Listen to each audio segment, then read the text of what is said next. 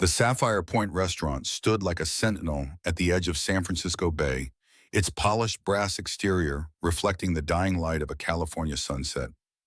Inside, crystal chandeliers cast prismatic patterns across white tablecloths where the city's elite gathered each evening. The air hummed with the quiet confidence of old money and new power, the soft clink of fine china punctuating hushed conversations about mergers, acquisitions, and the rise and fall of fortunes. For those who understood the unspoken language of wealth, the Sapphire Point wasn't merely a restaurant. It was a battlefield disguised as a dining room where status was both weapon and shield. A collective hush fell over the main dining area as Elizabeth Harrington made her entrance. Her midnight black dress clung to her slender frame, diamond earrings catching the light with each precisely measured step. Her raven hair was swept into an immaculate chignon, not a strand daring to fall out of place. She moved through the space as if she owned it, which in a way she did. Not through legal deed, but through the more binding contract of fear. Your water isn't chilled properly. Elizabeth's voice sliced through the air, addressing a young waiter whose hands began to tremble. And this bread is stale.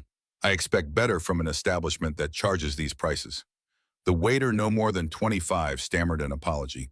I'm so sorry, Ms. Harrington. I'll replace everything immediately. Don't bother. Elizabeth smiled, the expression never reaching her violet eyes. Just send your manager over. I think it's time we discussed your future here. From across the room, Olivia Morgan observed the scene, her green eyes narrowing slightly. Unlike the other staff members who averted their gaze or busied themselves with unnecessary tasks, Olivia watched with analytical precision. Her fingers, long and steady, continued polishing silverware without breaking rhythm, even as her attention remained fixed on Elizabeth. At 35, Olivia carried herself with a quiet dignity that seemed at odds with her waitress uniform. Her chestnut hair was pulled back in a simple ponytail, her makeup minimal but precise. There was something in her posture, a certain squared-shouldered resilience, that suggested a woman who had weathered storms and expected more on the horizon. She's about to get that poor kid fired, Frank whispered, sliding next to Olivia behind the service bar. At 68, Frank had been bartending at Sapphire Point since before Elizabeth Harrington had taken her first steps. His hands, spotted with age but steady as a surgeon's, continued mixing a Manhattan without looking. Third one this month. Olivia nodded. She wants an audience. Notice how she waited until the Prescotts and Senator Wilson were seated. Maximum humiliation, maximum impact. Frank raised an eyebrow. You don't sound scared of her. Everyone's scared of her. I'm not everyone, Olivia replied, her voice carrying a certainty that made Frank study her more carefully. Martin Reynolds, the perpetually anxious floor manager, appeared behind them. His forehead glistened with sweat despite the restaurant's carefully controlled temperature. Jacob's called in sick. You're taking table 7 tonight. Olivia turned, her expression unchanging, save for a slight tightening around her eyes. Table 7, Elizabeth Harrington's table. Reynolds nodded, swallowing hard. Her regular server has the flu, again. Convenient timing, Olivia remarked. Just don't make eye contact unless spoken to. Have the Norwegian spring water chilled to exactly 42 degrees. The bread basket should only contain brioche warmed for precisely 20 seconds. And for God's sake, remember, it's cucumber, not lemon in her water. Olivia nodded once. Anything else I should know? Frank leaned in. Yeah, write your resume tonight. Nobody survives their first night with the lioness. Olivia's lips curved in a small, enigmatic smile. We'll see. For the next hour, Olivia prepared for the encounter as methodically as a general planning a campaign. She studied the Harrington file, a collection of preferences, complaints, and idiosyncrasies compiled by years of terrified staff. She chilled the water to exactly 42 degrees, practiced the precise angle at which to present the menu, and memorized the wine list with special attention to the vintages Elizabeth preferred. As she worked, Olivia's mind drifted to another life, one filled with the comforting scent of aged paper and leather-bound books. 3 months ago, she'd been surrounded by historical documents at the San Francisco Historical Society, meticulously cataloging the personal correspondence of a Gilded Age railroad tycoon. Her fingers had traced the faded ink of letters that had shaped the city's destiny, finding patterns and connections others missed. Then came the budget cuts, the restructuring, the polite but firm dismissal that had sent her specialized knowledge and 2 advanced degrees into the unforgiving job market. The memories faded as Olivia's focus returned to the present. She had bills to pay, a sick aunt who depended on her, student loans that seemed to grow despite her payments.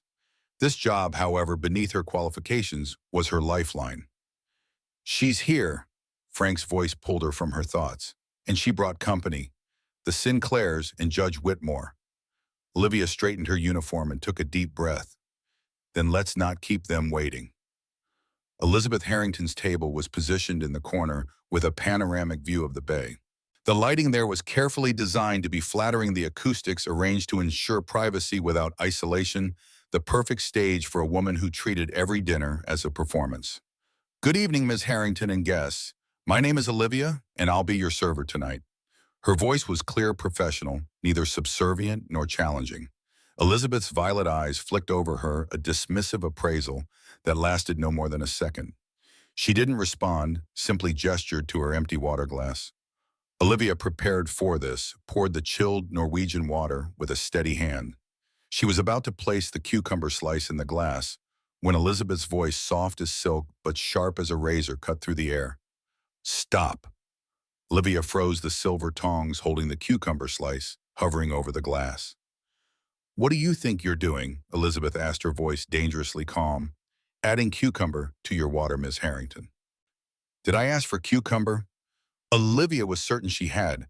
It was in the file of preference, noted in bold red ink. "My apologies, Miss Harrington. The file indicates—" "I don't care what the file indicates," Elizabeth interrupted, her eyes narrowing. "I am telling you right now that I do not want a vegetable in my water. Is that so difficult to comprehend?" The neighboring tables fell silent, their occupants sensing the beginning of one of Elizabeth's infamous public dissections. Martin Reynolds began to drift over his face, a mask of pained apology. But Olivia didn't panic. She didn't grovel. Her years as an archivist had taught her to be meticulous, to trust her research, but also to adapt when new information presented itself. She looked at Elizabeth not with fear, but with a quiet analytical curiosity. Elizabeth wasn't just being difficult. She was testing her, setting a trap. "Of course, Ms. Harrington," Olivia said, her voice a perfect blend of professional deference and unshakable calm. "My apologies for the misunderstanding. I will bring you a fresh glass immediately." She removed the glass and returned moments later with a new one filled with the same chilled water, sans cucumber.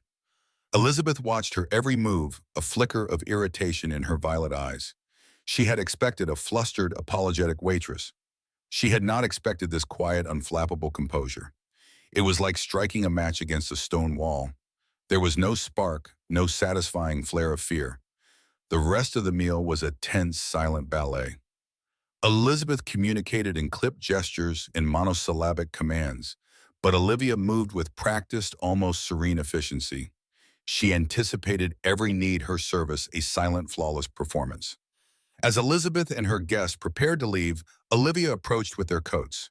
She helped Judge Whitmore first, then Mrs. Sinclair, their expressions conveying silent sympathy. When she held Elizabeth's coat, she noticed something odd. The woman's posture changed just for a moment. There was a stiffness, an awkwardness to her movements that contradicted her usual grace. And when Elizabeth spoke quietly to thank her, a social nicety performed for her companion's benefit, Olivia detected something in her accent, a slight, nearly imperceptible hardness on certain vowels, the ghost of another voice beneath the polished exterior. As Elizabeth was leaving, she paused beside Olivia. "You're new here," she said, her voice a low purr. "Yes, Miss Harrington." "Don't get comfortable." The words were a clear, unambiguous threat. But as Olivia watched the billionaire's daughter sweep out of the restaurant, she felt not a chill of fear, but the spark of an old familiar instinct. The archivist in her, the woman who loved to dig through the dusty, forgotten corners of the past, had just been presented with a new and very compelling puzzle. Elizabeth Harrington had a carefully curated present, but Olivia had a feeling that her past was a different story altogether, a story that was just waiting to be unearthed. Back in her small apartment that night, Olivia kicked off her shoes and collapsed onto her worn sofa. The walls around her were lined with bookshelves, not decorative collections chosen for their spines, but well-used volumes on American history, archival techniques, and Western expansion. Above her desk hung a framed photograph of a distinguished man in his 60s with Olivia's same green eyes and determined jawline wearing judicial robes. She stared at the picture of her father, Judge William Morgan, as she often did when confronted with a moral question. 7 years had passed since the car accident that took his life, but his presence still filled the small apartment, guiding her decisions. "You should have seen me tonight, Dad," she said to the empty room. "I stood my ground without starting a war. You would have been proud." Her father's voice seemed to echo in her mind. "The truth is like gold. It doesn't always shine, but it always endures." Olivia pulled out her laptop and began to search for information about the Harrington family.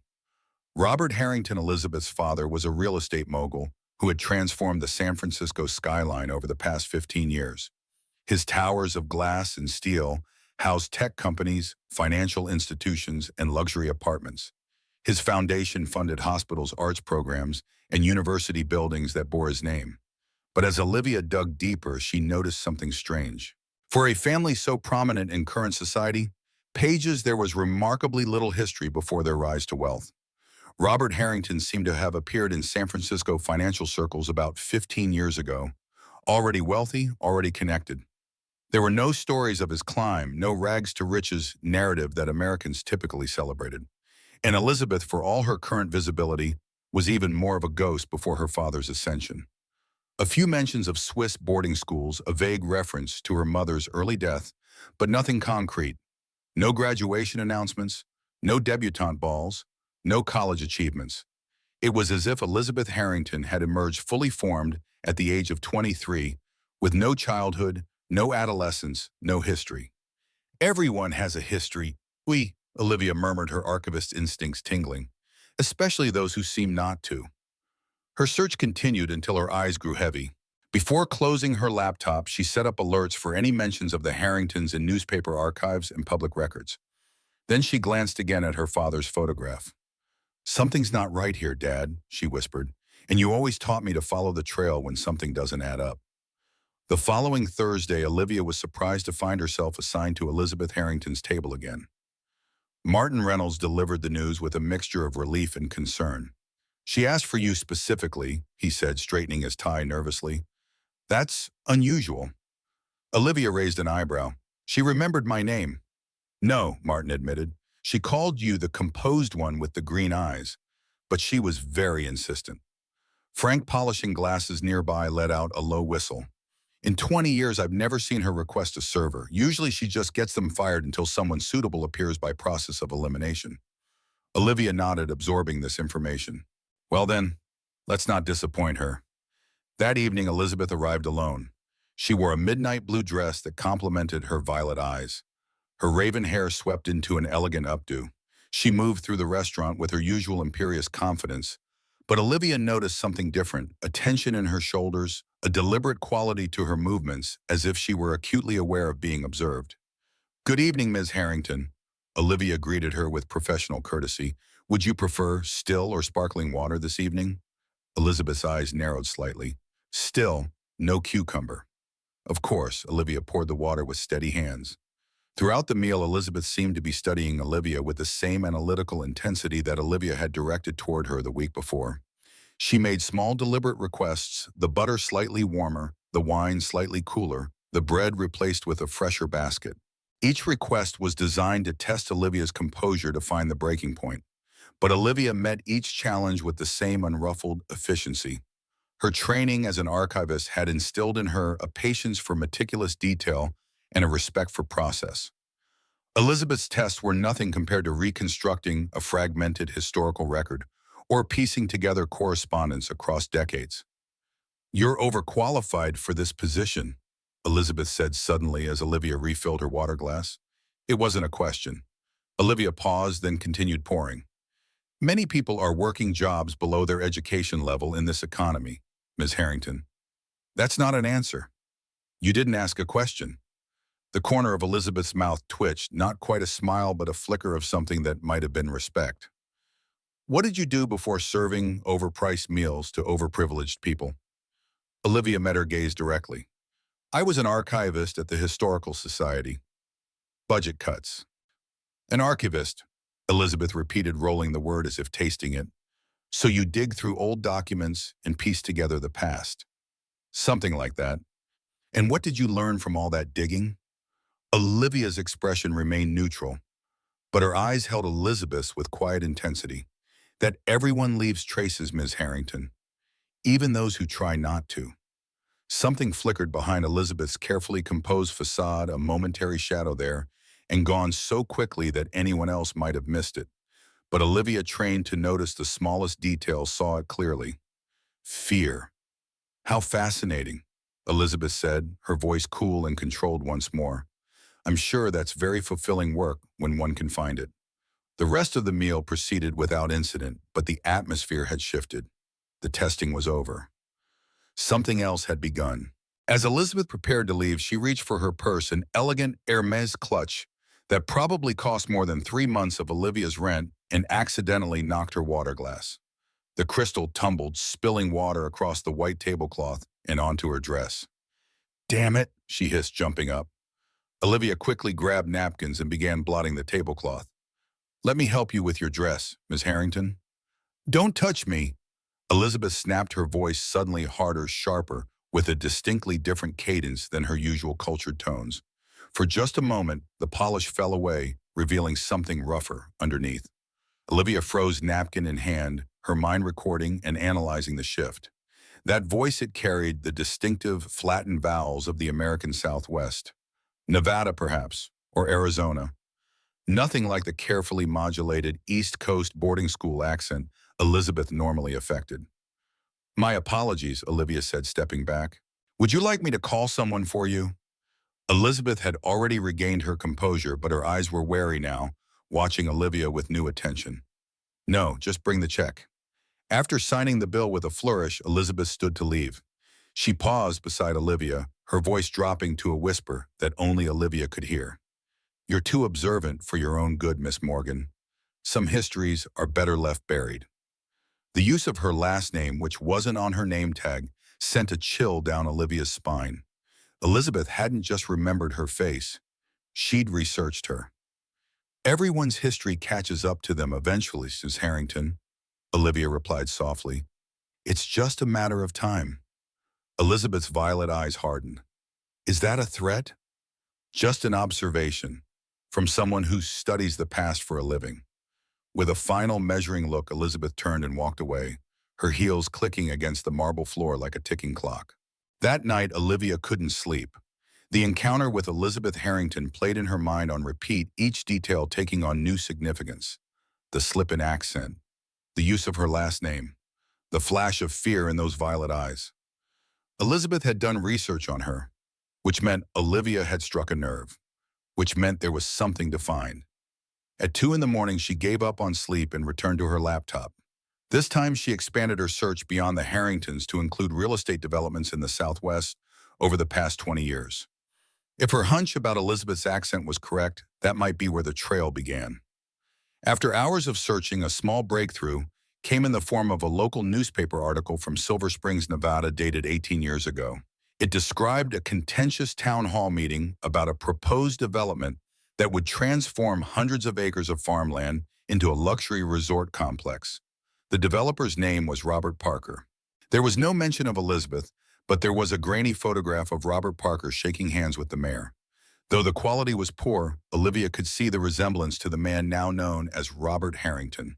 Same height, same broad shoulders, same confident stance.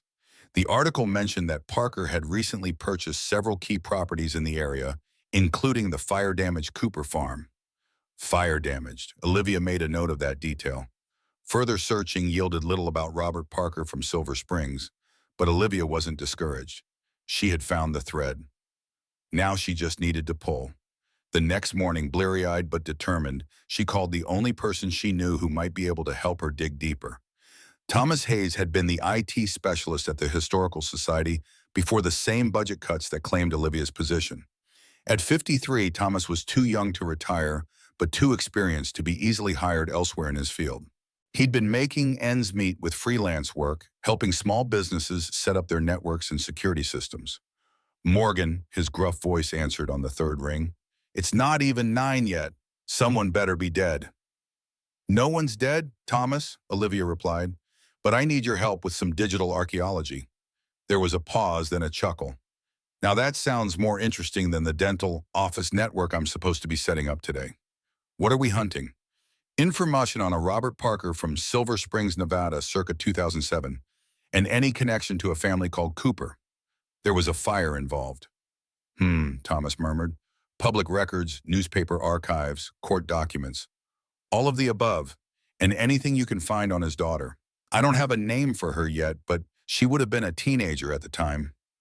This wouldn't have anything to do with that rich bitch you're serving at the fancy restaurant, would it? Olivia smiled despite herself. Thomas had always been perceptive. It might. Well. Olivia Morgan using her archival superpowers for something other than cataloging dead railroad tycoons' love letters. I'm intrigued. Can you help me or not? For you, of course. But it'll cost you. Thomas, I'm barely making rent. Relax, Morgan. It'll cost you dinner. That terrible lasagna you make that's mostly cheese. I'll be over at 7, and I'll bring beer. True to his word, Thomas arrived at 7 that evening, a six-pack in one hand and his battered laptop in the other. His salt and pepper beard was neatly trimmed, but his flannel shirt and jeans had seen better days. Despite approaching retirement age, Thomas had the energy of a man decades younger, his blue eyes sharp behind wire-rimmed glasses. "I've found some interesting breadcrumbs," he announced, settling onto Olivia's sofa and opening his laptop. Robert Parker appears in Silver Springs records, starting about 20 years ago. He bought some land, started small with a few residential developments. Then about 18 years ago, he went big, started buying up farms and ranches for what he called the Oasis Project. Luxury resort golf course, the works. "And the Coopers?" Olivia asked, bringing over 2 plates of lasagna. "Family of 4, David Cooper, his wife Sarah, and their 2 kids. They owned about 80 acres of prime land that Parker wanted for his golf course. They refused to sell. Then convenient timing, their barn burned down one night. Fire nearly spread to the house. Official cause was faulty wiring. But Thomas took a forkful of lasagna. But there were rumors. Nothing concrete enough for the local paper to print, but I found some forum posts from locals. Suggestions that Parker had something to do with it. The Coopers sold the land for pennies on the dollar a week after the fire and moved away." Olivia nodded, processing this information. "And Parker's daughter, any mention of her?" "That's where it gets interesting," Thomas said, turning his laptop toward her. "I found this." On the screen was a scanned page from a high school yearbook. The caption read, "Silver State Sweethearts Pageant," and showed a row of teenage girls in evening gowns. Thomas pointed to a girl on the end blonde with a forced smile and familiar bone structure. "Emma Parker," he read from the caption, "Junior, ambition, to leave this town in my rear-view mirror and never look back." Olivia leaned closer, studying the girl's face. The hair color was different, the styling unsophisticated, but the high cheekbones, the shape of the jawline, the distinctive eyes, though they appeared blue in this photo, not violet, were unmistakable. "That's her," Olivia whispered. "Elizabeth Harrington is Emma Parker." Thomas nodded. "And there's more. I found a video." He clicked on a file and a grainy, low-quality video began to play. It was from a local access cable channel in Nevada broadcasting a small-town beauty pageant. The pageant's theme was Silver State Sweethearts. The video quality was poor, but clear enough to show a teenage Emma Parker walking across a small stage in a sequined dress, her blonde hair teased high in a style that was already outdated when the video was filmed. "And now contestant number 7 will perform her talent," an off-screen announcer declared. Emma Parker stepped forward, clutching a microphone. When she opened her mouth to sing God Bless America, Olivia heard it, the same flattened vowels, the same southwestern cadence that had slipped through Elizabeth Harrington's polished facade when she'd been startled by the spilled water. "My God," Olivia murmured. "It really is her." After the singing portion came an interview. "So Emma," the host asked, "what do you want to be when you grow up?" The young woman's face hardened, her smile tightening. "I'm going to be rich," she said, her voice flat and determined. "Richer than all of you. And I'm going to get out of this town, and I am never, ever coming back." The naked ambition, the barely concealed contempt in her voice was startling. Olivia and Thomas exchanged glances. "Well," Thomas said after a moment, "she certainly achieved that goal." "But at what cost?" Olivia wondered aloud. And what happened to the Coopers after they left town? Thomas closed the video and pulled up another document. They moved to Oregon. I found a property record for David and Sarah Cooper in a small town outside Portland, dated a year after they left Nevada. But after that, nothing. They're living off the grid, or they changed their names too. Olivia nodded slowly, her mind working through the implications. So Robert Parker becomes Robert Harrington. Emma Parker becomes Elizabeth Harrington.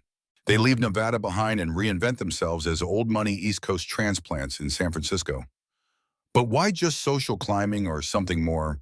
That fire, Thomas mused. If Parker was responsible, it would be arson at minimum, attempted murder if anyone was in the barn, and if Emma Elizabeth knew about it, she'd be an accessory, or at least a witness to a felony. Olivia stood and walked to her window, looking out at the San Francisco skyline, where several Harrington-owned buildings gleamed in the distance. The entire Harrington empire built on the ashes of the Cooper family farm. Thomas joined her at the window. So what now, Morgan? What's your play here? Olivia was quiet for a long moment, thinking of her father, a man who had dedicated his life to justice, who had taught her that truth was not just an abstract concept, but a moral imperative. I need to know more, she finally said, about the fire, about the Coopers, and about what happened to my father. Thomas frowned. Your father. What does Judge Morgan have to do with this? Olivia turned to him, her green eyes intense. I don't know yet, but 7 years ago, right before his accident, he was presiding over a case involving a Harrington development project. A contractor was suing them for breach of contract. The case was just getting started when Dad died. You think there's a connection? I don't know, Olivia admitted, but it's a hell of a coincidence. And my father taught me not to believe in those. Thomas studied her face, concern evident in his eyes. Olivia, these are powerful people. If they did what we think they did to the Coopers, if there is a connection to your father's accident, you could be putting yourself in danger by poking around. Olivia looked again at the Harrington buildings dominating the skyline, then back at her father's photograph on the wall. Her expression hardened with resolve. Some truths are worth the risk, Thomas. My father believed that. So do I. Little did Olivia know that her investigation was about to trigger a series of events that would either reveal the truth she sought or bury her beneath the weight of it. Elizabeth Harrington was already moving to protect her carefully constructed identity, and she would stop at nothing to keep her past in the shadows. In the heart of San Francisco, where fog rolled in like ghostly fingers, and the past whispered beneath the noise of progress, two women from very different worlds were on a collision course. One desperate to bury the truth, the other determined to unearth it. And between them lay a secret that had smoldered like embers for 18 years, waiting for the right moment to burst into flame once more. The morning light filtered through the blinds of Olivia's apartment, casting striped shadows across the scattered documents and printed photographs that now covered her dining table. Thomas sat across from her, his fingers tapping rhythmically on his laptop keyboard, the blue glow of the screen reflecting in his wire-rimmed glasses. They had been at this for hours, searching through digital archives, old newspaper articles, and public records for anything that would connect the dots between Emma Parker and Elizabeth Harrington. I think I've found something, Thomas said, turning his laptop toward Olivia. Silver Springs High School yearbook from 2005. Emma Parker was voted most likely to succeed. Olivia leaned forward, studying the grainy yearbook photo. Emma Parker's blonde hair was styled in a fashion popular at the time, her smile wide, but somehow not reaching her eyes. There was a hunger in that gaze, an ambition that seemed almost predatory. Her eyes, Olivia murmured. They're blue in these photos, not violet. Thomas nodded. Colored contacts. Pretty common transformation tactic. New hair, new eyes, new accent, new name. Classic reinvention. Olivia sat back, rubbing her tired eyes. But why social climbing is one thing, but this level of identity erasure? There has to be more. Maybe it's about the fire, Thomas suggested, his voice lowered, despite them being alone in the apartment.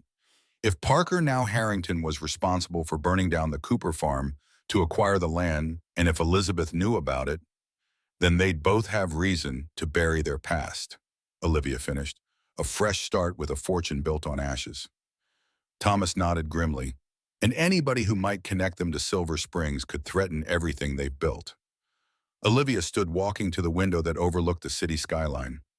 Several Harrington-owned buildings punctuated the horizon, their glass facades gleaming in the morning light. From her small apartment, they seemed impossibly distant, untouchable monuments to power and wealth. "I need to find David Cooper," she said finally, "the boy whose poem Elizabeth Emma mocked, the one whose family lost everything." Thomas looked skeptical. After 18 years, if they left town after losing everything, they could be anywhere. And they might have changed their names too, especially if they were afraid of Parker. Olivia turned back to him, determination hardening her features. "Then we need to be more creative in our search. Can you access school records from Silver Springs, find out where the Cooper family might have relocated?" Thomas hesitated, then sighed. "That's pushing some ethical boundaries, Morgan." "So is burning down someone's livelihood to steal their land," she countered. He held her gaze for a long moment before nodding. "I'll see what I can find, but I'll need help. I know someone who specializes in finding people who don't want to be found, an old colleague from tech security. He's not cheap, though." "How much?"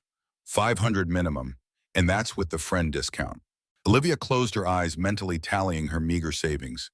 Between her rent, her aunt's medical bills, and her own student loans, $500 might as well have been $5 million. But then she thought of her father's face in the photograph on her wall of the case he had been working on involving Harrington Enterprises just before his accident. She thought of the Cooper family driven from their home by flames and fear. "I'll get it," she said firmly. "Just tell me when you need Ed." Thomas studied her face. "This is becoming personal for you, isn't it? This isn't just about standing up to a bully at work anymore."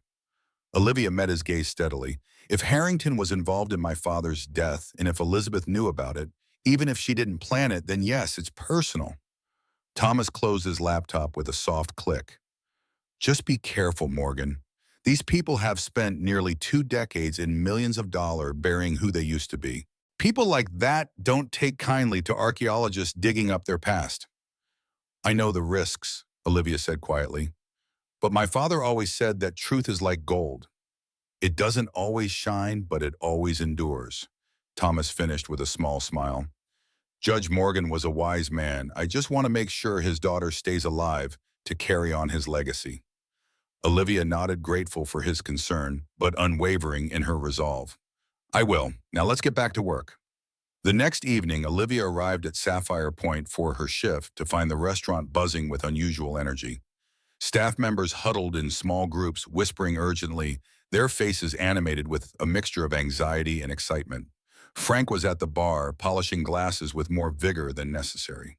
When he saw Olivia, he beckoned her over with a subtle nod. "What's going on?" she asked, keeping her voice low as she tied her apron. "The lioness is on the hunt," Frank muttered. "Elizabeth Harrington called Martin this morning. She's coming in tonight with the board of the Harrington Foundation and some potential donors. She requested her usual table and you as her server." Olivia felt a chill run down her spine despite her outward calm. "Me specifically," Frank nodded gravely. "By name this time. Not the composed one with green eyes." She asked for Olivia Morgan. The significance wasn't lost on Olivia. Elizabeth hadn't just remembered her name. She'd made a point of using it. It was a message. "I see you. I know who you are. When are they arriving?" 8 o'clock. Table's already being prepared. Martin's having a meltdown in the office. Said if anything goes wrong tonight, he's personally holding you responsible." Olivia took a steadying breath. "Well then, better make sure nothing goes wrong." Frank leaned closer, his voice dropping even lower. "Listen, kid, I've been in this business a long time. I know when someone's being set up. Elizabeth Harrington doesn't request specific servers unless she's planning something. Be careful tonight." Olivia nodded, appreciating his concern. "I will be. Thanks, Frank." At precisely 8 o'clock, Elizabeth Harrington arrived with her entourage, 4 men in impeccable suits and 2 elegantly dressed women, all radiating that particular blend of wealth and power that seemed to part the very air around them. Elizabeth led the group, resplendent in a deep emerald dress that matched her Harrington emerald earrings, her raven hair swept up in an intricate style that emphasized the elegant line of her neck.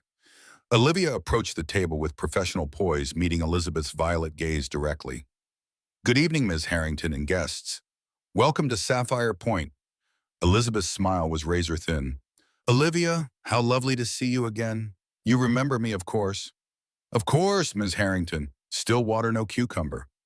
Olivia's voice betrayed nothing of her inner tension. Something flickered in Elizabeth's eyes, perhaps surprise at Olivia's composure, perhaps respect. Very good. My guests will need a moment to review the wine list. Perhaps you could tell them about tonight's specials while they decide. Olivia proceeded to describe the evening's offerings with professional eloquence. As she spoke, she noticed one of the men, silver-haired, with a distinguished bearing, watching her with particular interest. You have an excellent memory for detail, young lady, he commented when she finished. Thank you, sir.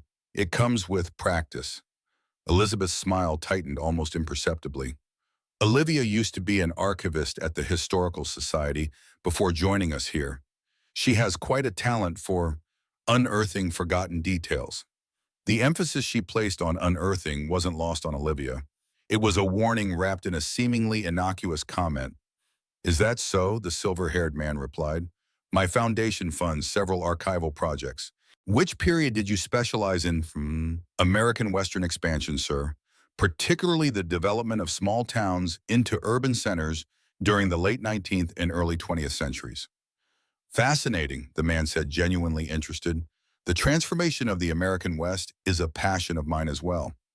We should discuss it further. Elizabeth interrupted smoothly. Perhaps another time, Senator Wilson. I believe we have more pressing matters to discuss tonight. The senator nodded politely but slipped Olivia his business card as she poured his water. James Wilson, my office is always interested in historical perspectives on current development projects. Feel free to call. Thank you, Senator, Olivia replied, tucking the card into her pocket and noting the flash of irritation that crossed Elizabeth's face. The evening proceeded with the careful choreography of high-end dining service. Olivia moved around the table with practiced efficiency, attentive but unobtrusive. Elizabeth seemed to be watching her constantly, those violet eyes tracking her movements like a predator studying its prey, waiting for a mistake. But the mistake when it came wasn't Olivia's. During the main course, Elizabeth was describing the Harrington Foundation's newest project, a luxury residential tower, with affordable housing components. When she momentarily slipped into a different cadence, the carefully cultivated East Coast accent giving way to the flatter vowels of the Nevada desert. The property values in that area have doubled since we acquired. She caught herself almost immediately, but Olivia had heard it. So had Senator Wilson, whose eyebrows rose slightly before his political instincts smoothed his expression. Elizabeth recovered quickly, taking a sip of water before continuing in her usual polished tones. But her eyes, when they met Olivia's across the table, held a flash of panic, quickly replaced by cold fury. As the meal concluded, Elizabeth excused herself to visit the restroom. When Olivia entered moments later to check her appearance before serving dessert, she found Elizabeth waiting for her arms crossed. What do you think you're doing? Elizabeth asked, her voice low and dangerous. Olivia met her gaze in the mirror. My job, Ms. Harrington, serving you and your guests. Don't play innocent. I know you've been asking questions, looking into things that are none of your business. Olivia turned to face her directly. I'm not sure what you mean. Elizabeth stepped closer, her voice dropping to a whisper. Silver Springs, Emma Parker, the Cooper farm, does that clarify things for you? A chill ran down Olivia's spine, but she kept her expression neutral. I'm an archivist by training, Ms. Harrington. Researching the past is what I do. Let me be very clear. Elizabeth hissed, all pretense of refinement gone. You are playing a very dangerous game. The Harrington family has resources you can't begin to imagine. We can make problems disappear. The threat hung in the air between them, unmistakable in its implication. Like my father's car accident, Olivia asked quietly. Elizabeth's expression flickered with something surprise, perhaps, or a moment of genuine confusion before hardening again. I don't know what you're talking about. Judge William Morgan, he was presiding over a case involving Harrington Enterprises 7 years ago, right before his car went off that cliff on Highway 1. Elizabeth's face went perfectly still. You're entering very dangerous territory, Miss Morgan. So I've been told, Olivia replied, her voice steady despite her racing heart. But here's something I've learned from studying history, Ms. Harrington, or should I say Miss Parker. Buried secrets have a way of surfacing no matter how deeply they're hidden. Elizabeth's hand shot out, grabbing Olivia's wrist with surprising strength. Listen to me very carefully. I don't know what you think you know, but you are making a mistake that could cost you everything. Walk away now. Find another job. Forget you ever heard the name Parker, or I promise you will regret it." Olivia looked down at the hand gripping her wrist, then back up at Elizabeth's face. "Are you threatening me?" "I'm giving you good advice," Elizabeth replied, releasing her grip. "Take it." With that, she swept out of the restroom, leaving Olivia alone with her racing thoughts and the realization that she had just crossed a line from which there was no turning back. When Olivia returned to her apartment that night, something felt immediately wrong. The door was locked just as she had left it. There were no obvious signs of disturbance in the hallway, but years of living alone had attuned her to the subtle rhythms of her space, and something was off. She hesitated at the threshold, key in hand, considering her options. Call the police, but what would she tell them? That she had an uneasy feeling, that she had threatened by the daughter of one of the city's most powerful men, and now her apartment felt wrong. Instead, she called Thomas. "Morgan, it's after midnight," his groggy voice answered. "I think someone's been in my apartment," she said quietly, still standing in the hallway. Thomas was instantly alert. "Are you inside?" "No, I'm at the door. Nothing looks disturbed, but—" "Don't go in. I'll be there in 20 minutes. 19 minutes later, Thomas's battered pickup pulled up in front of her building. He emerged wearing the same flannel shirt he'd had on that morning, his hair rumpled from sleep, but his eyes alert and concerned. Together, they entered her apartment cautiously. At first glance, nothing seemed out of place. The books were still on their shelves, the dishes still in the sink, her father's photograph still on the wall. But as they moved deeper into the space, the disturbances became evident. Her laptop had been moved closed when she always left it open. The stack of research papers on her dining table had been rearranged with different documents on top. And most telling of all, the drawer where she kept her father's case notes was slightly ajar, though she distinctly remembered closing it before leaving for work. "Someone was looking for something," Thomas said, grimly examining the apartment with a professional eye. "Someone who knows what they're doing. No forced entry, no obvious disturbance, just enough to send a message." Olivia sank onto her sofa, a wave of violation washing over her. "Elizabeth, it has to be." "Or someone working for her," Thomas agreed. He pulled out his phone. "I'm calling the police." Olivia shook her head. "And tell them nothing was stolen. There's no evidence of break-in. And we can't explain what we've been researching without sounding like conspiracy theorists." Thomas frowned but put his phone away. "Then what do we do?" Olivia stood moving to her father's photograph on the wall. She carefully removed it, revealing a small wall safe behind it. "We make sure they didn't find what they were looking for." She dialed the combination, her father's birth date, and opened the safe. Inside was a thick manila envelope labeled simply "personal." She removed it with reverent hands. "Dad's personal case notes," she explained to Thomas. "He kept records of cases that concerned him. Things he couldn't put in the official record, but wanted to remember. And you think there might be something about Harrington in there? Only one way to find out." They spent the next hour poring over the judge's meticulous notes. William Morgan had been thorough, his precise handwriting, detailing meetings, conversations, and observations about the cases he presided over. Finally, in a section dated just 2 weeks before his death, they found what they were looking for. "Harrington development dispute continues," Olivia read aloud. "Contractor claims materials substitution endangered worker safety. Potential criminal negligence if proven.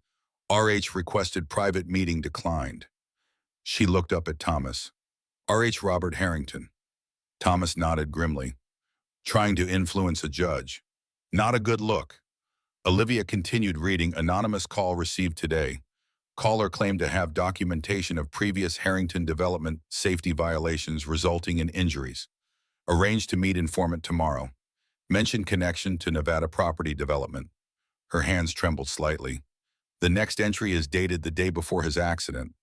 "Met with informant. Claims RH involved in suspicious fire at Nevada property 11 years ago. Provided names Cooper family, Silver Springs. Will investigate further after Langdon hearing." But there had been no further investigation.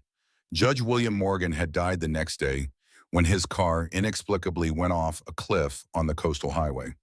The official ruling had been an accident brake failure on a dangerous stretch of road. No foul play suspected. "Dad knew," Olivia whispered, her voice thick with emotion. He was connecting the dots just like we are.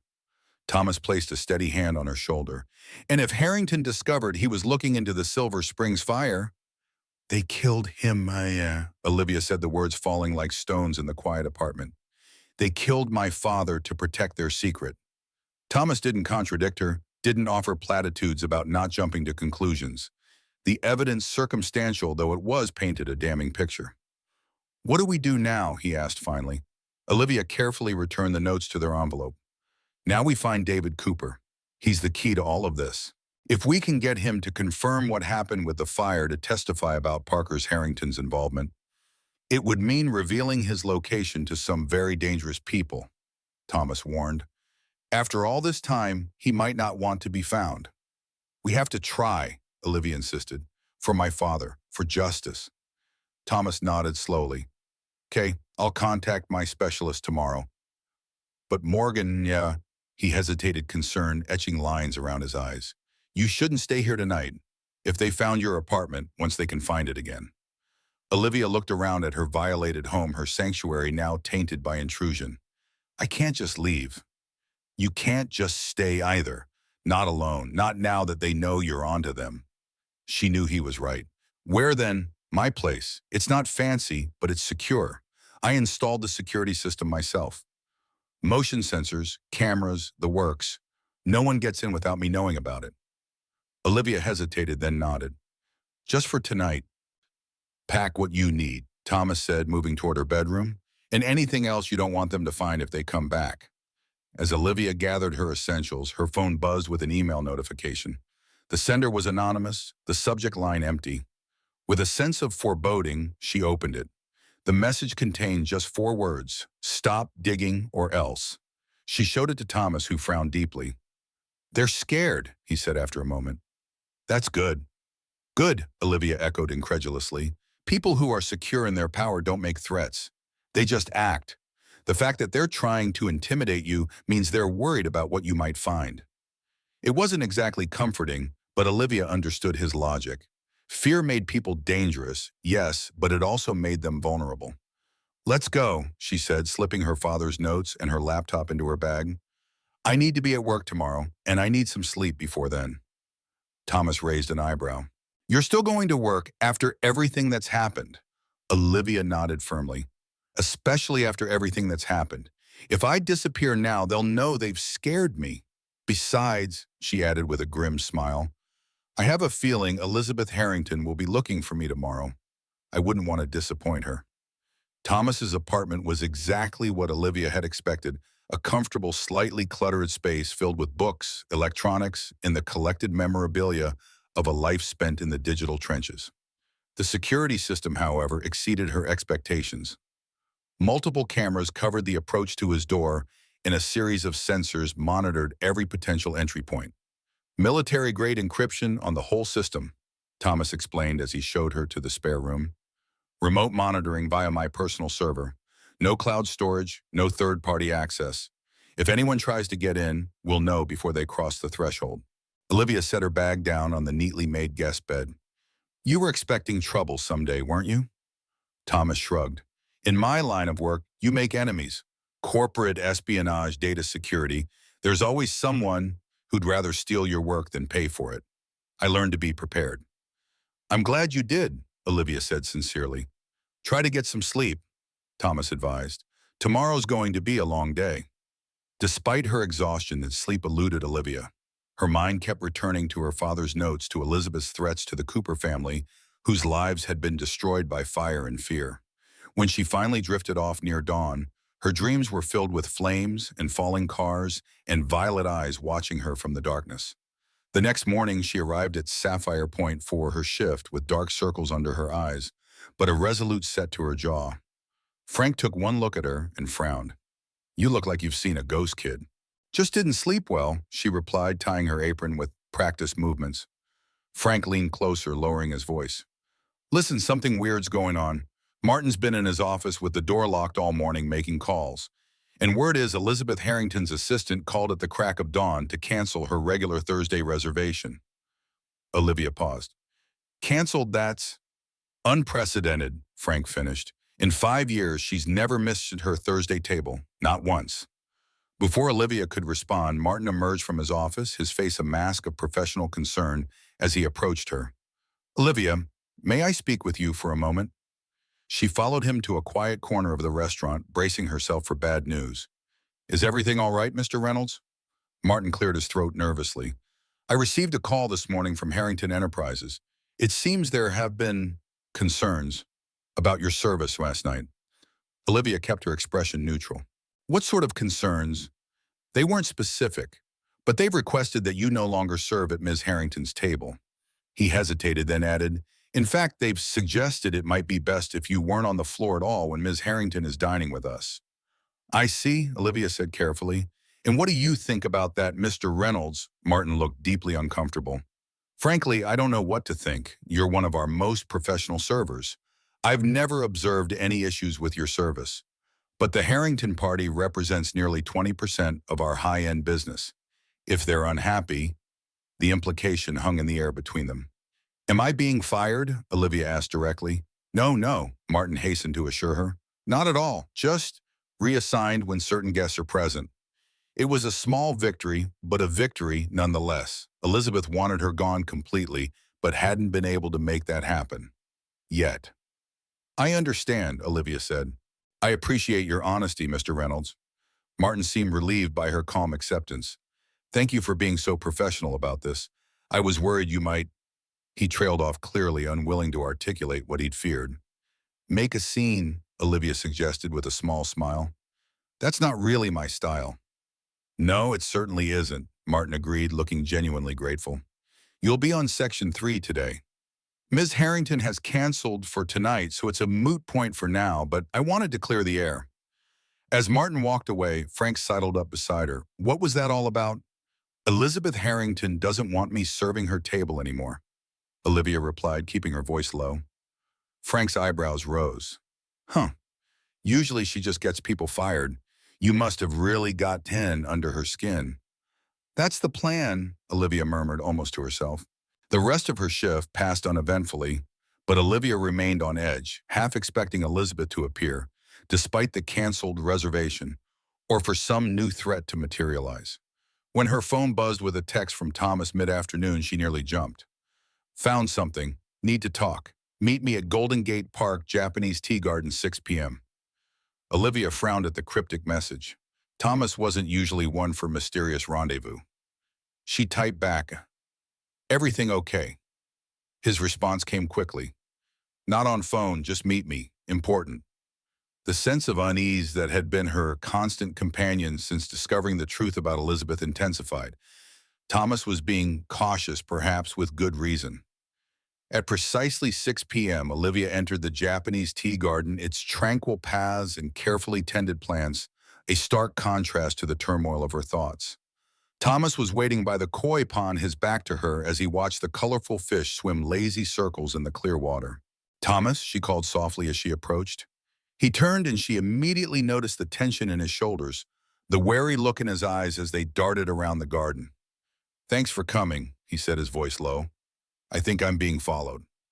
Olivia felt a chill that had nothing to do with the evening breeze. Harrington's people. Maybe. I noticed a black SUV outside my building this morning. The same vehicle was parked near my client's office when I went for a meeting at noon. Did you see who was inside? Thomas shook his head. Tinted windows. But it's too much of a coincidence. He gestured to a secluded bench, partially concealed by a Japanese maple. Let's sit. I have news. Once they were seated, Thomas pulled out his tablet, glancing around once more before unlocking it. My contact came through. He found David Cooper. Olivia's heart raced. Where? Portland, Oregon. He's a high school English teacher now. Married 2 kids. Changed his last name to Mitchell. His mother's maiden name, but kept David. David Mitchell, Olivia repeated softly. And you're sure it's him? Thomas nodded. The age matches.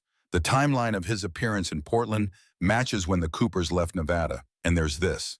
He pulled up a photo of a man in his late 30s with kind eyes and a thoughtful expression standing in front of a classroom.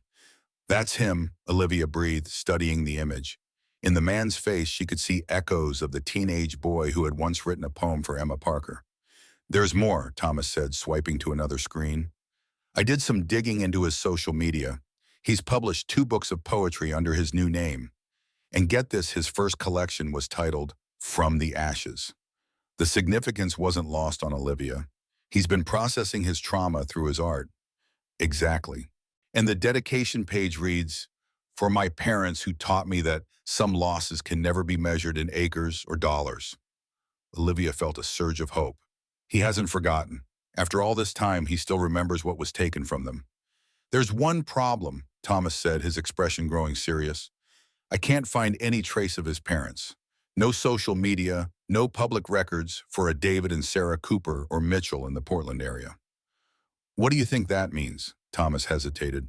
"Best case scenario, they're just very private people. Worst case," he didn't need to finish the thought. "We need to talk to him," Olivia decided. "In person.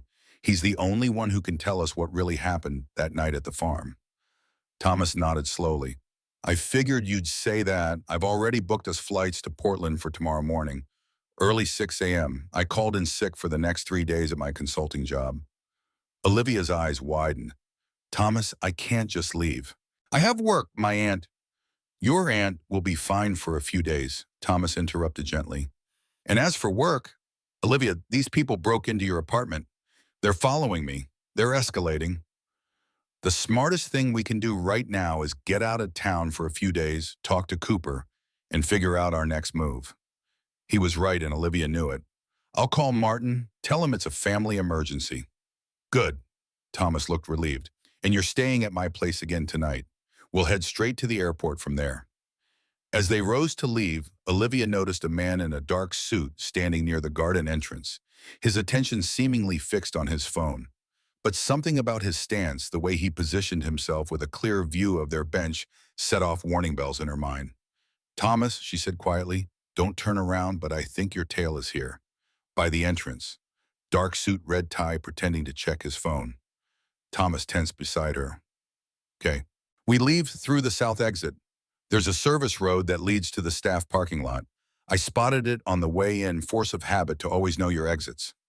They walked unhurriedly along the garden path, maintaining a casual conversation about the plants and architecture for the benefit of anyone watching. Olivia resisted the urge to look back to see if the man was following. Instead, she focused on Thomas's calm guidance as they wound their way toward the south exit.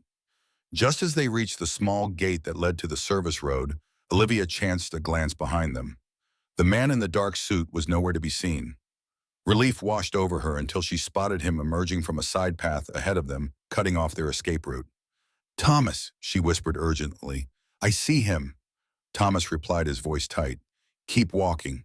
Act normal." As they approached, the man looked up from his phone, his eyes locking with Olivia's. For a moment, no one moved. Then, with deliberate slowness, the man stepped aside, making a show of returning his attention to his device. Olivia and Thomas passed him, the hairs on the back of Olivia's neck standing on end as they felt his gaze following them.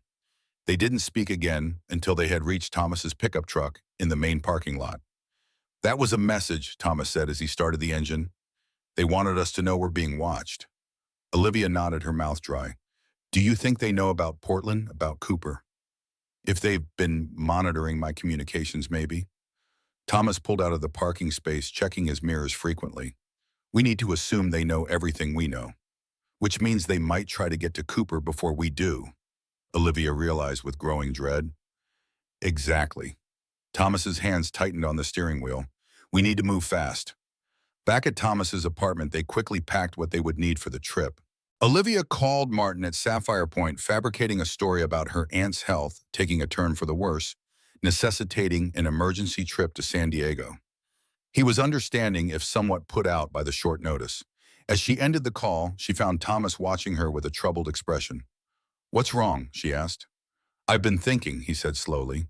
"If they've been monitoring my communications, my apartment might not be as safe as I thought." He gestured to his complex security system.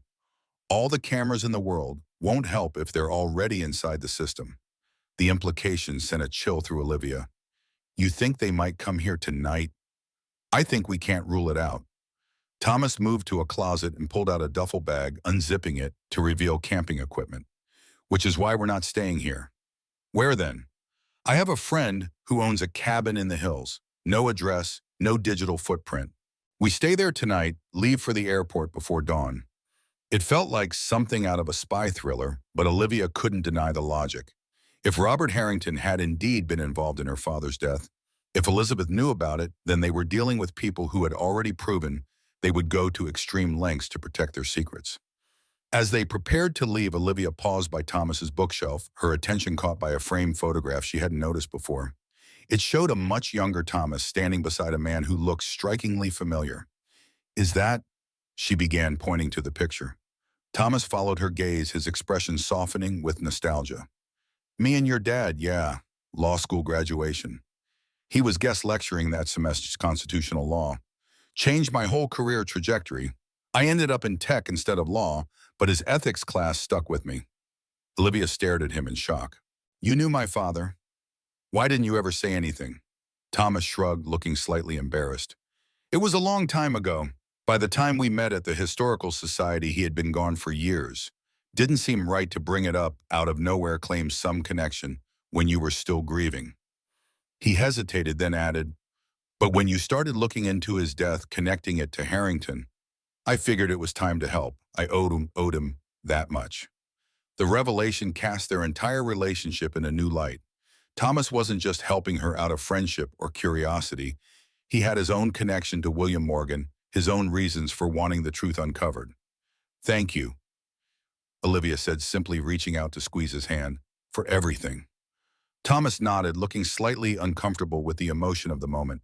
Yeah, well, let's thank me by staying alive. Okay, grab your bag. We need to move.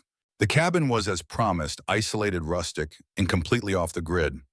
No electricity beyond a small generator, no internet, no phone service.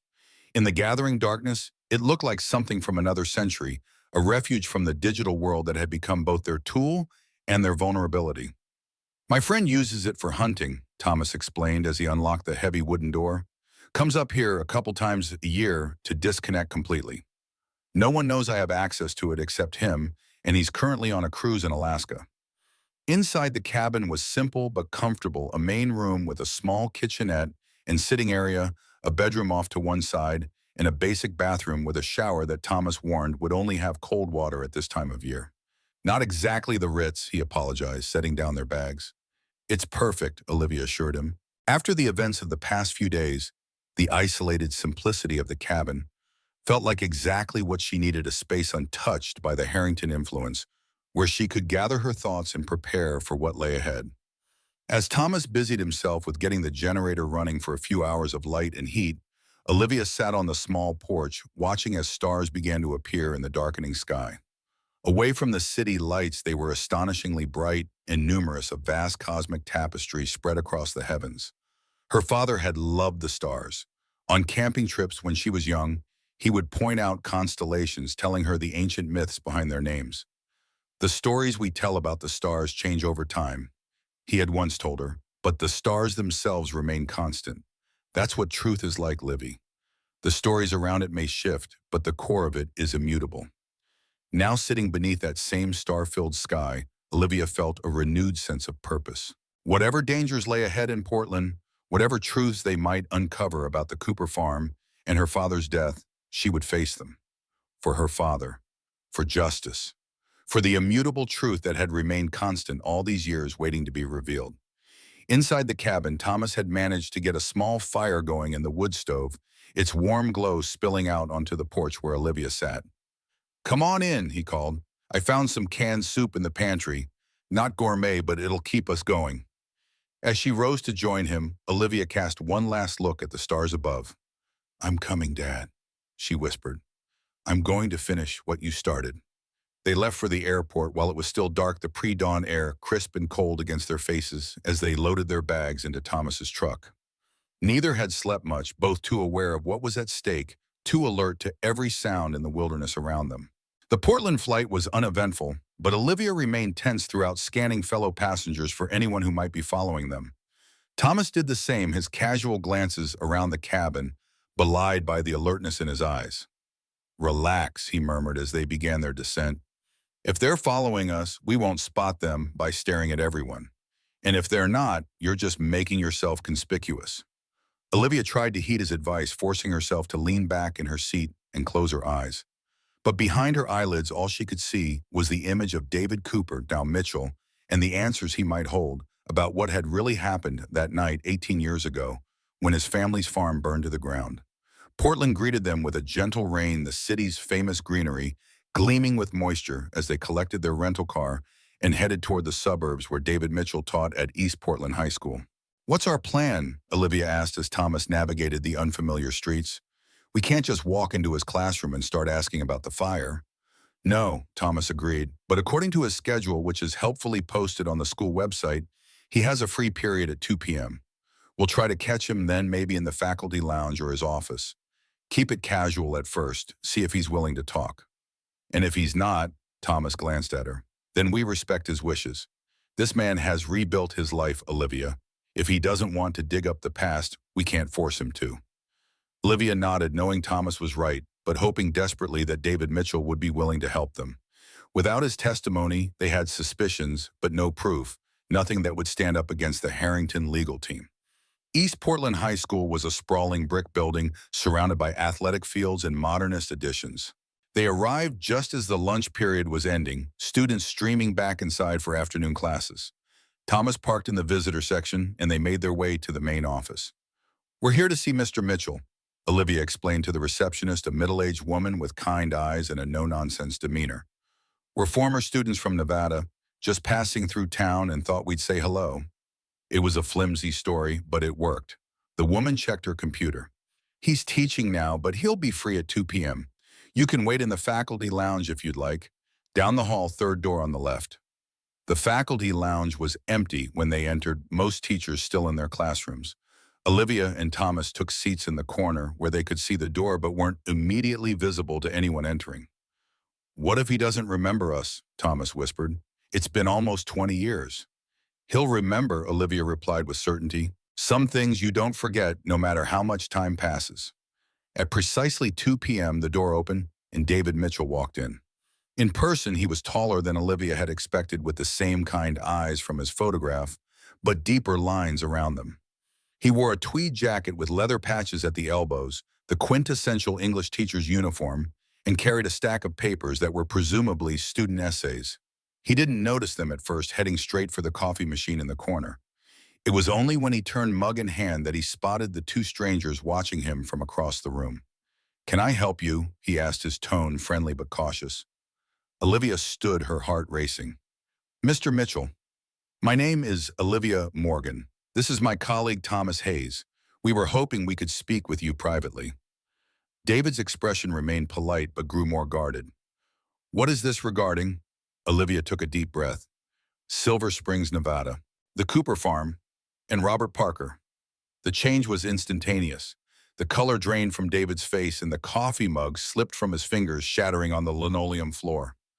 Coffee splashed across his shoes, but he didn't seem to notice. "Who are you?" he whispered, his voice hoarse with shock. "What do you want?" Thomas stood, moving to the door to ensure they weren't overheard.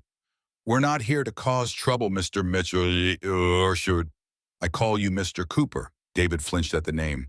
"Not here," he said urgently, his eyes darting to the door. "Not at the school." He pulled a pen from his pocket and scribbled an address on a notepad. "My house, 7 p.m. tonight. Come alone or don't come at all." With that, he hurried from the room, leaving the shattered mug and spilled coffee behind, along with two visitors who now had confirmation of what they'd suspected all along. David Cooper was alive, and he remembered everything. Dawn broke over Portland with a somber gray light matching the gravity that hung over Olivia and Thomas as they sat in their rental car outside David Mitchell's home. The two-story craftsman house with its neatly trimmed lawn and children's bicycle propped against the garage looked impossibly normal, a sanctuary of ordinary family life meticulously crafted by a man who had once lost everything. "He's built himself a good life," Thomas observed. "Makes you wonder if we're doing the right thing dredging all this up again." Olivia understood his concern. "If he doesn't want to talk after hearing us out, we'll respect that. But he deserves to know what we've found about Elizabeth, about my father's investigation. He deserves the choice." At precisely 7 p.m., they approached the front door. Before they could ring the bell, it opened, revealing David Mitchell still in his teaching clothes, minus the jacket, his shirt sleeves rolled up to reveal forearms corded with muscle. "You came," he said simply, his eyes moving past them to scan the street before ushering them inside. "Anyone follow you?" "We were careful," Thomas assured him. "Took a roundabout route, checked our mirrors. I think we're clean." David nodded, leading them through a cozy living room, decorated with family photos, to a kitchen at the back of the house. A pot of coffee was brewing, its rich aroma filling the space. "My wife took the kids to her mother's for the night," he explained, gesturing for them to sit. "I told her I needed space to grade finals. It wasn't entirely a lie."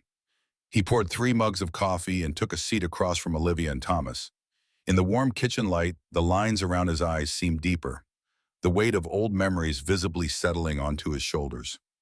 18 years, he said quietly. 18 years I've been David Mitchell. 18 years since I left David Cooper and everything that happened to him behind. And now here you are." His gaze settled on Olivia, questioning. "How did you find me?" "Why," Olivia took a deep breath. "My name is Olivia Morgan. My father was Judge William Morgan of the San Francisco Superior Court. 7 years ago, he died in what was ruled an accident on Highway 1. But before he died, he was investigating Robert Harrington, formerly Robert Parker, and specifically looking into his connection to a suspicious fire at a farm in Silver Springs, Nevada." David's hand tightened around his mug. "Your father was investigating Parker?" "Yes, and I believe he was killed because of what he discovered." Olivia pulled out her father's notes from her bag and slid them across the table. "These are his personal case notes. The last entry mentions meeting with an informant who provided names Cooper family, Silver Springs." David's eyes widened as he scanned the judge's meticulous handwriting. Someone knew. After all this time, someone knew and was talking. He looked up, his expression haunted. "And you think Parker had your father killed to silence him?" "I don't just think it. I'm almost certain of it." Olivia leaned forward. "But I need your help to prove it. I need to know what really happened that night at your family's farm." David stood abruptly, moving to the kitchen window to stare out into his darkened backyard. For a long moment he was silent, his back to them, shoulders rigid with tension. "Why now?" he asked finally. "After all this time, why dig this up now?" Thomas spoke up. "Because Elizabeth Harrington, formerly Emma Parker, is starting to unravel. Olivia works at a restaurant where Elizabeth is a regular patron. She noticed discrepancies in Elizabeth's carefully constructed identity. One thing led to another, and here we are." David turned, his expression a mixture of disbelief and old pain. "Emma, God, I haven't thought about her in years." A bitter smile crossed his face.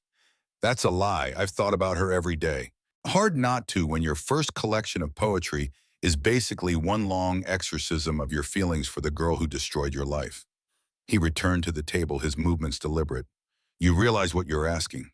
You're asking me to rip open a wound that took years to heal. You're asking me to put my family, my wife, my children at risk by speaking out against one of the most powerful men in the country." "I know," Olivia acknowledged quietly. "And if you tell us to leave, we will. But David Robert Harrington killed my father. I'm sure of it. And Elizabeth Emma knows what happened. They've been covering up their crimes for nearly 2 decades, and they're willing to keep killing to protect their secret." David ran a hand through his hair, his inner conflict evident. "What exactly do you think happened? What's your theory?" Olivia exchanged glances with Thomas before continuing. "We believe Robert Parker set fire to your family's barn after you refused to sell your land. We think the fire was meant to scare your family into selling, but maybe it got out of hand. Then when my father started investigating the connection between that fire and some of Harrington's other business practices, they arranged his accident to keep their past buried." David was silent for a long moment, his eyes fixed on his coffee mug. When he spoke, his voice was hollow with remembered trauma. "You're not wrong, but you don't know the half of it." He rose again, this time moving to a cabinet above the refrigerator. From it, he extracted a metal lockbox. His hands trembled slightly as he set it on the table and entered the combination. "After the fire, after we left Silver Springs, my father became obsessed with proving Parker was responsible. He gathered evidence, interviewed witnesses who were too afraid to speak to the police, documented everything." David opened the box, revealing stacks of papers, photographs, and what appeared to be a small voice recorder. "He spent years building a case, determined that someday we'd get justice." What happened? Thomas asked. David's expression darkened. Parker found out. Men came to our house in the middle of the night. They took all the evidence my father had collected, everything except this. He tapped the lockbox. I had hidden this in my school locker that day, planning to add some notes I'd taken while talking to the old mechanic who worked on Parker's trucks. His voice caught. They beat my father so badly, he spent 3 weeks in the hospital. Broke both his legs, shattered his left hand, his writing hand. They told him if he ever spoke about the fire again, they would come back and finish the tome, and this time they'd start with my mother. Olivia felt sick. Your parents, are they dead? David confirmed, his voice flat. Car accident 5 years ago. At least that's what the police report says. Single vehicle crash on a deserted stretch of highway, no witnesses. Sound familiar? The parallel to her father's death sent a chill through Olivia. You don't believe it was an accident? I don't know what to believe anymore, David admitted. But the timing was suspicious. It happened right after Parker now, Harrington announced his first major development project in Oregon, almost as if he was tying up loose ends before expanding into the state where we'd relocated. Thomas leaned forward, eyeing the contents of the lockbox. What exactly do you have in there, David? David began removing items, arranging them carefully on the table. Statements from 3 witnesses who saw Parker's truck near our farm the night of the fire. Soil samples from the barn that tested positive for accelerants not used on our farm. Photographs of boot prints that matched a pair Parker was known to wear. And this, he held up the small voice recorder.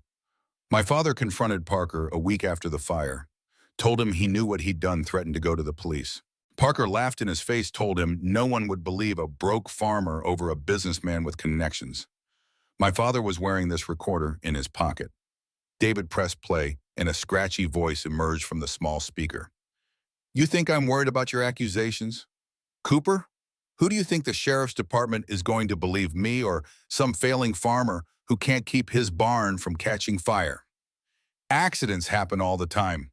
Wood rots, wiring frays, or sometimes people just need to be taught that when I make an offer, the smart response is, yes, sir, thank you, sir. Olivia and Thomas exchanged shocked glances. The voice was unmistakably older, rougher, but with the same cadence and inflection as Robert Harrington. It's not a direct confession, David acknowledged, stopping the recording, but combined with the other evidence, it's enough to reopen the investigation, Thomas finished. Enough to warrant looking into your parents' accident, and definitely enough to raise serious questions about Judge Morgan's death. Olivia felt a surge of hope mixed with vindication. After all this time, they had concrete evidence linking Robert Harrington to the Cooper farm fire. It wasn't just speculation anymore. David, this is exactly what we need. Will you help us? Will you come forward with this evidence? David closed his eyes, conflict evident in every line of his face.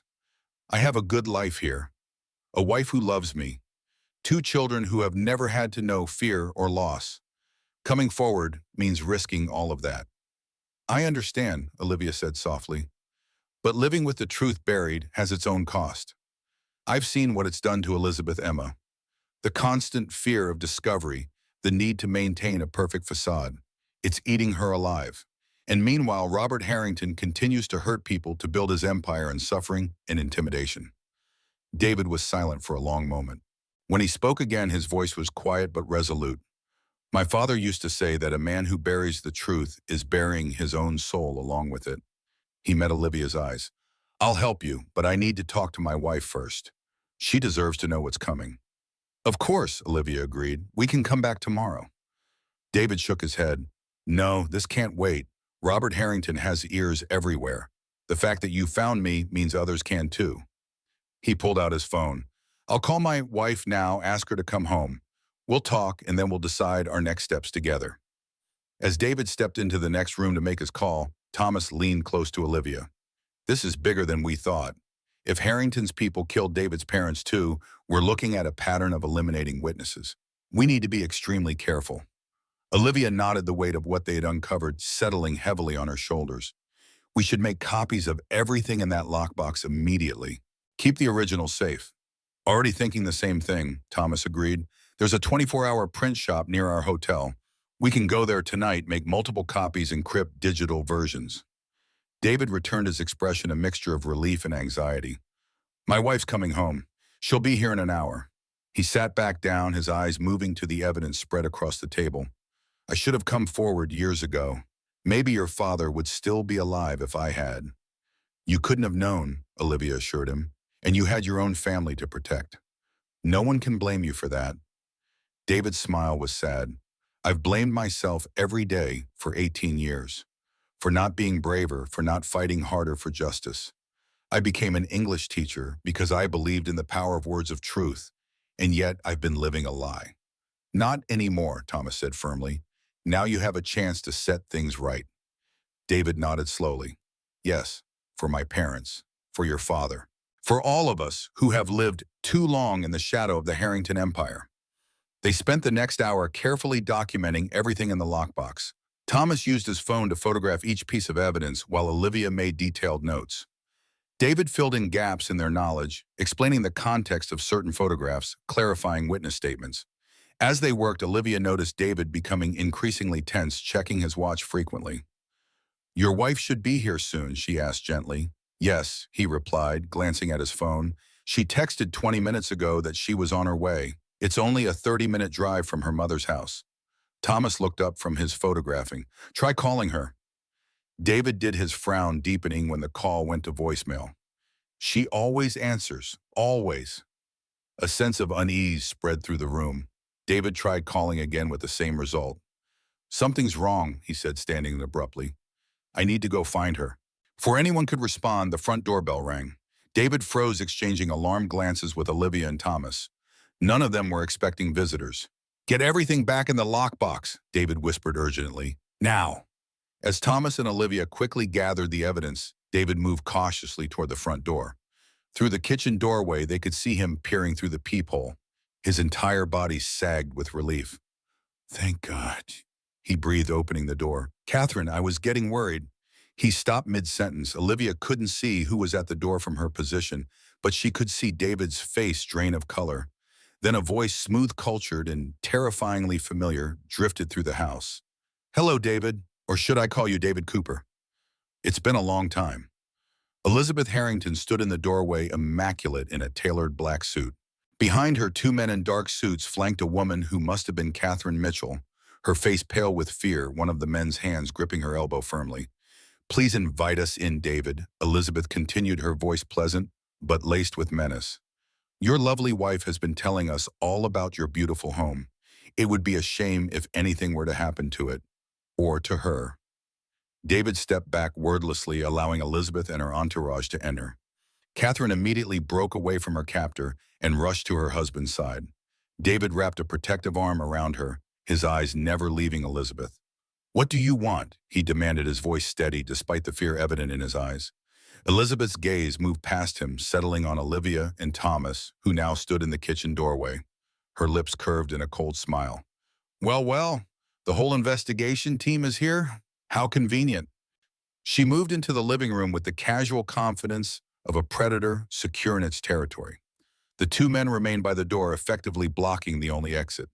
What I want, David, is very simple. Elizabeth continued, seating herself on the couch as if she were a welcome guest. I want all copies of the evidence you've been showing to these amateur detectives. I want any recordings you might have made of today's enlightening conversation. And I want your silence. Her violet eyes hardened. Permanent silence. David pulled his wife closer to his side. And if I refuse, Elizabeth sighed as if disappointed by his predictability. Please don't make me spell out the obvious threats against your family. It's so crass. She gestured to the men by the door. My colleagues are professionals. They can make accidents happen. Tragic accidents that befall entire families. Catherine made a small, frightened sound. David's arm tightened around her. You won't get away with this, Olivia said, stepping forward. We've already made copies of everything. Digital copies stored securely online. If anything happens to any of us, that evidence goes directly to the FBI, the San Francisco police, and every major newspaper in the country. It was a bluff. They hadn't had time to copy anything yet, but Olivia delivered it with convincing certainty. Elizabeth's confident smile faltered for just a moment. You're lying. Am I? Olivia held her gaze steadily.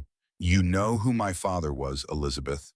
Or should I call you Emma Judge William? Morgan was nothing if not thorough. He taught me to always have a contingency plan. Thomas stepped forward, picking up the thread seamlessly. The files are set to automatically release if we don't enter a code every 24 hours. So even if we all have unfortunate accidents tonight, by this time tomorrow, the whole world will know about Robert Parker, the Cooper farm fire, and the chain of convenient deaths that followed. Elizabeth's composure cracked further. For the first time, uncertainty flickered in her violet eyes.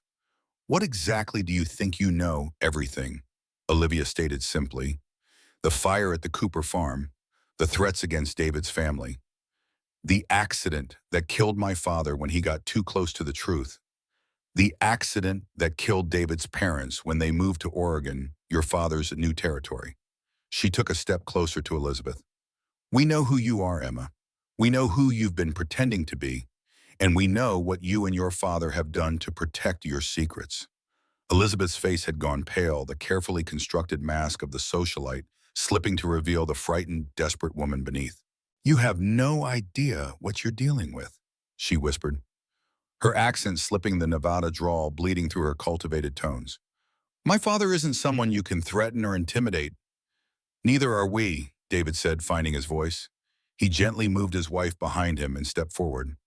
I've been afraid of your father for 18 years, Emma. I've lived a half-life looking over my shoulder, jumping at shadows. No more. He crossed to the mantelpiece and picked up a framed family photograph, himself, Catherine, and 2 children, with his kind eyes. I have too much to protect to stay silent any longer. Your father burned down my family's barn to scare us into selling our land. When that didn't work, he sent men to beat my father nearly to death, and I believe he had my parents killed to ensure their silence. Elizabeth flinched, her eyes darting to the men at the door as if seeking reassurance, but they remained impassive, awaiting instructions. What do you want? She asked finally, her voice small and suddenly stripped of its authority. Justice, Olivia answered firmly, for my father, for David's parents, for everyone your family has hurt in their climb to power. That's impossible, Elizabeth said, shaking her head. You're asking for the impossible. My father would never allow himself to be exposed to be held accountable. He would burn the world down first. Then maybe it's time someone stood up on him anyway, Thomas interjected, even if it means risking the fire. Elizabeth stared at them, her calculating mind visibly racing behind her violet eyes. Finally, she straightened, composing herself with visible effort. I need to make a call, privately. David pointed to his study. In there. Door open. Elizabeth hesitated, then nodded, moving toward the study with as much dignity as she could muster. The men at the door remained in position, their expressions unreadable. Once Elizabeth was out of earshot, Catherine whispered urgently to her husband, David, what is happening? Who are these people? Why did they call you Cooper? I'll explain everything, he promised, pressing a kiss to her forehead. But right now, I need you to trust me. Can you do that? She nodded, fear still evident in her eyes, but tempered now with resolution. Always. In the study, they could see Elizabeth pacing as she spoke into her phone, her free hand gesticulating emphatically.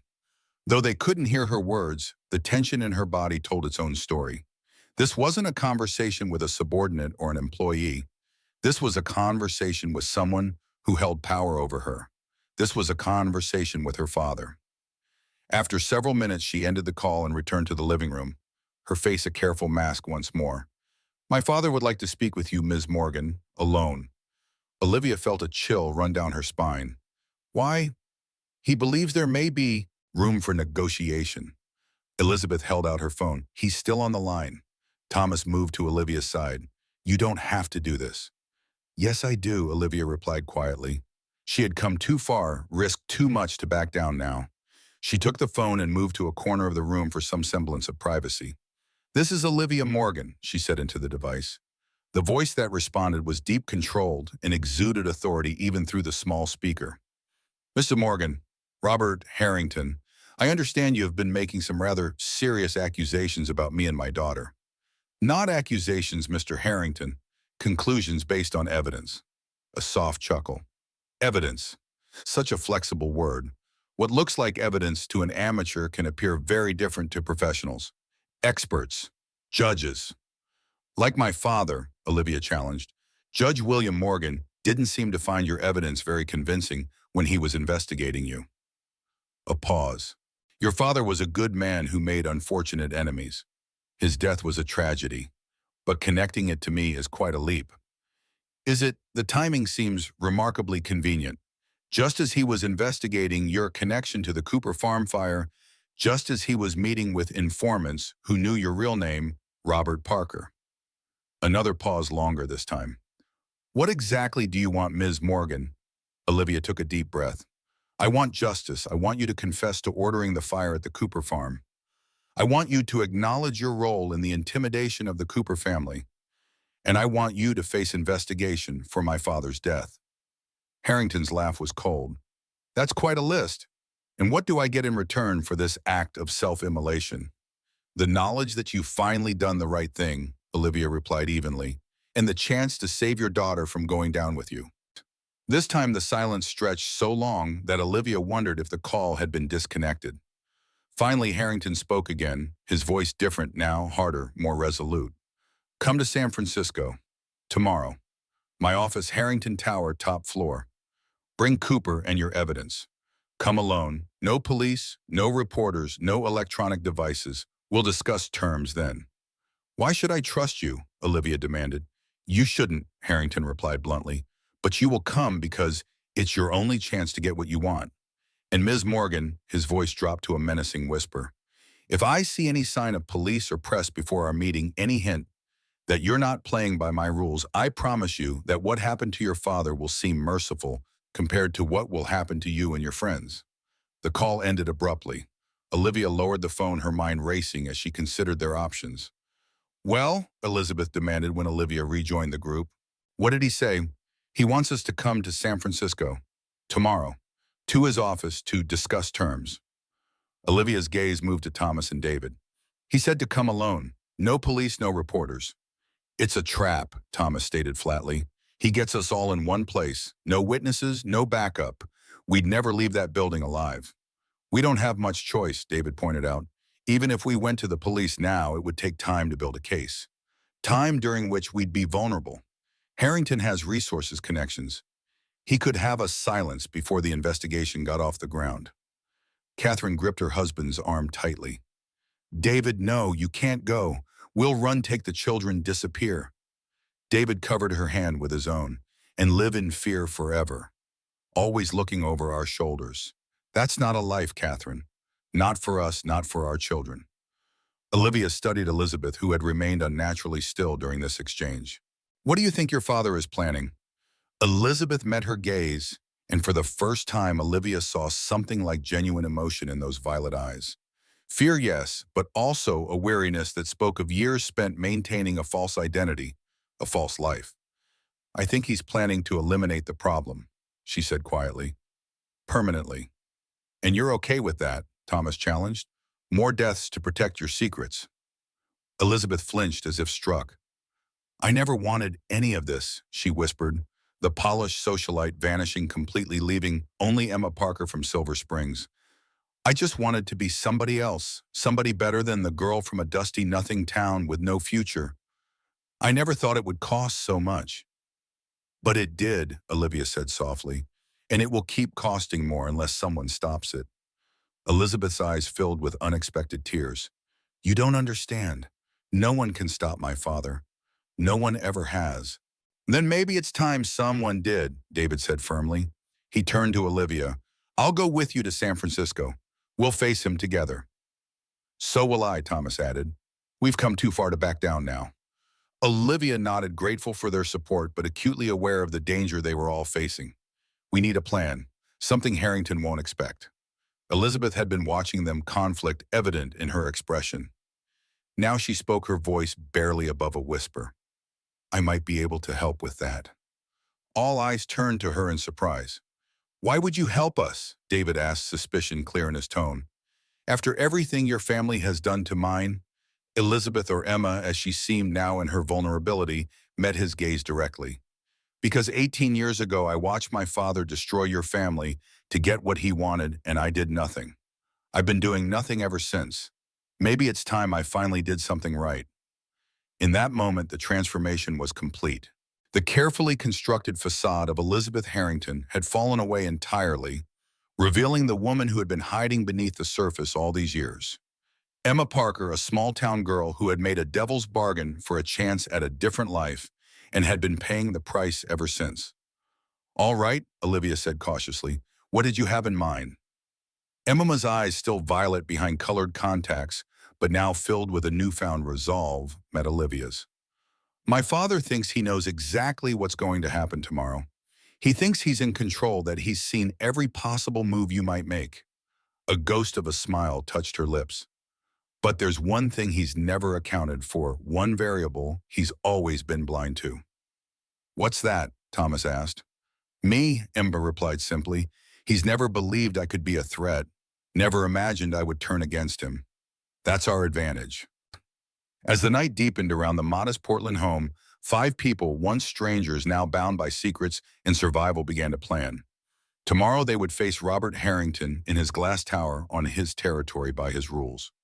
But they would bring something he wasn't expecting: the truth finally unleashed after 18 years in darkness, ready to burn away the lies that had claimed too many lives for far too long.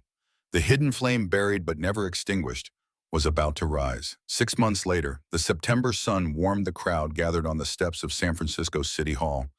Olivia adjusted her jacket, running through her speech one final time as she watched people find their seats. Thomas appeared at her side, looking uncharacteristically formal in a suit. "Nervous?" he asked, nodding toward the podium. "A little," she admitted. "Public speaking was never my strong suit."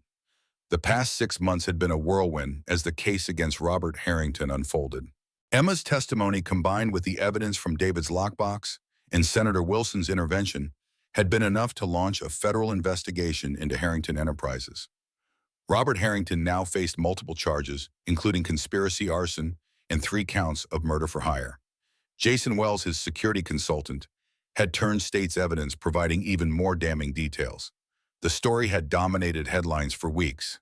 Billionaire developer built empire beyond murder and arson. Judge's daughter uncovers decade-old conspiracy. Emma Parker no longer. Elizabeth Harrington had been granted immunity in exchange for her testimony. She now lived quietly in a coastal town, working to reclaim the identity she had suppressed for so many years. David and Catherine Mitchell had returned to Portland, where David continued teaching his story, inspiring his students to examine the impact of development on rural communities. And Olivia? She had found her path forward. Today marked the official launch of the Morgan Cooper Foundation, dedicated to providing legal support to victims of corporate fraud and intimidation. "It's time," Thomas murmured as Senator Wilson concluded his introductory remarks. Olivia nodded, moving toward the podium.